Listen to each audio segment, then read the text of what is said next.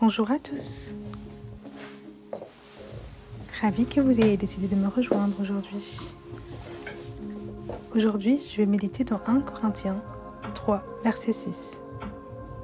J'ai planté, Apollos a arrosé, mais Dieu a fait croître. Lisons ce verset dans plusieurs versions afin de le comprendre sous des angles différents. J'ai mis la plante en terre, Apollos l'a arrosée, mais c'est Dieu qui l'a fait croître. Bible français courant. I planted the seed, Apollos watered it, but God has been making it grow. NIV. Moi j'ai planté, Apollos a arrosé, mais c'est Dieu qui a fait pousser. Parole de vie. Prions. Seigneur, je prie pour que, de par cette parole, nous puissions être établis dans l'amour que tu as pour nous. Au nom de Jésus. Amen. Pour ceux qui ne savent pas, Paul, qui écrit ce verset, est un apôtre. Il a écrit à peu près 13 livres du Nouveau Testament, basés sur les révélations que le Saint-Esprit lui a données. C'est personnellement une des personnes qui m'impressionne le plus dans la Bible. Apollos était un évangéliste et son ami. Qu'est-ce qui vous interpelle dans ce verset ?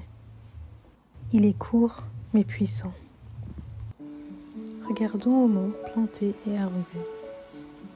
D'après le Robert, planter signifie mettre, fixer en terre. D'après le Larousse, arroser signifie mouiller quelque chose, quelqu'un, en répandant ou en projectant de l'eau à l'aide d'un instrument. Ou alors, mouiller, asperger quelque chose, quelqu'un, d'un liquide en le versant sur eux. Regardons également le mot croître. D'après le Robert, grandir progressivement jusqu'au terme du développement normal, ou devenir plus grand, plus nombreux. Reprenons avec notre compréhension actuelle.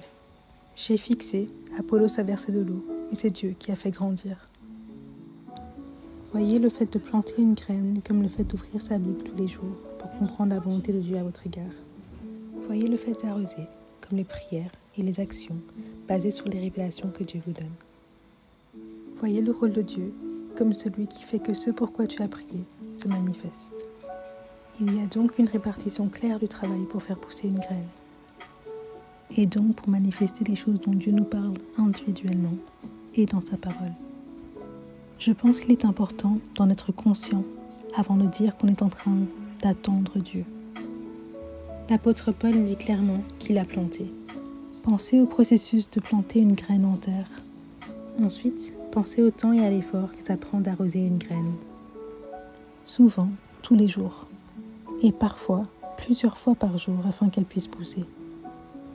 C'est là que je pense qu'on s'arrête souvent trop vite. Pour certaines plantes, cela peut prendre jusqu'à 2 mois avant de commencer à pousser. Et ça veut dire que tu arroses tous les jours pendant 2 mois et parfois sans voir grand-chose. Et ensuite, un jour, tout d'un coup, une magnifique fleur se manifeste. En réalité, tu n'as pas le contrôle sur le fait que cette fleur se manifeste. Le fait de faire apparaître la fleur est le travail de Dieu. Pour moi, ce verset est si important, car il nous rappelle de notre rôle et de notre responsabilité. Mais il nous rappelle aussi de ce qui n'est pas notre responsabilité, de ce qui ne devrait pas prendre trop de place dans notre esprit.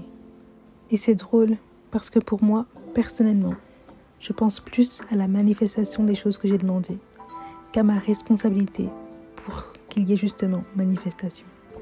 La Bible nous dit « La prière fervente du juste a une grande efficacité » Jacques 5,16. C'est pourquoi je vous dis, quand vous priez pour demander quelque chose, croyez que vous l'avez reçu et cela vous sera donné. Marc 11,24. Ne nous lassons pas de faire le bien, car nous moissonnerons au temps convenable si nous ne nous relâchons pas. Galates 6,9.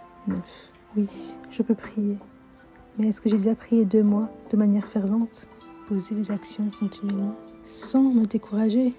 Dire oui serait un mensonge. Pourtant, admettons-le, si quelqu'un nous disait que si on fait une chose tous les jours pendant 2 mois, on a la certitude de gagner 1 million d'euros, on le ferait avec le sourire. D'ailleurs, plusieurs d'entre nous avons déjà complété des challenges, sport ou autres, qui nous promettaient un certain résultat. Ici, en quelque sorte, la Bible fait de même. Elle nous dit clairement que si nous ne nous relâchons pas au temps convenable, c'est-à-dire choisi par Dieu, nous récolterons ce que nous avons semé. Et si je suis certaine que si je demande quelque chose à Dieu selon sa volonté, il me l'accordera, Alors, pourquoi j'arrête après un temps, avant d'avoir eu les résultats? Serait-il possible que ma foi en Dieu n'est pas assez solide? Est-ce que j'y crois vraiment? Est-ce que je crois vraiment que ces choses font partie de ma destinée? Est-ce que je crois vraiment que Dieu veut ces choses pour moi? Car si j'y croyais vraiment, je ne m'arrêterais pas au bout de quelques jours ou quelques semaines, simplement parce que je ne vois pas. Alors l'ennemi ne pourrait pas me mentir sur la raison pour laquelle il n'y a pas encore manifestation. Il ne pourrait pas me faire croire que si rien ne se passe, c'est parce que rien ne va jamais se passer. Car nous l'avons vu maintenant, ces pensées vont à l'encontre de la parole de Dieu. Prions. Seigneur, nous te rendons grâce pour ce moment. Nous prions, Seigneur, que toute personne connectée puisse être touchée par cette parole, Seigneur. Qu'il reste fervent, qu'il reste déterminé, Seigneur, afin de récolter ce qu'ils ont semé. Au nom de Jésus. Amen.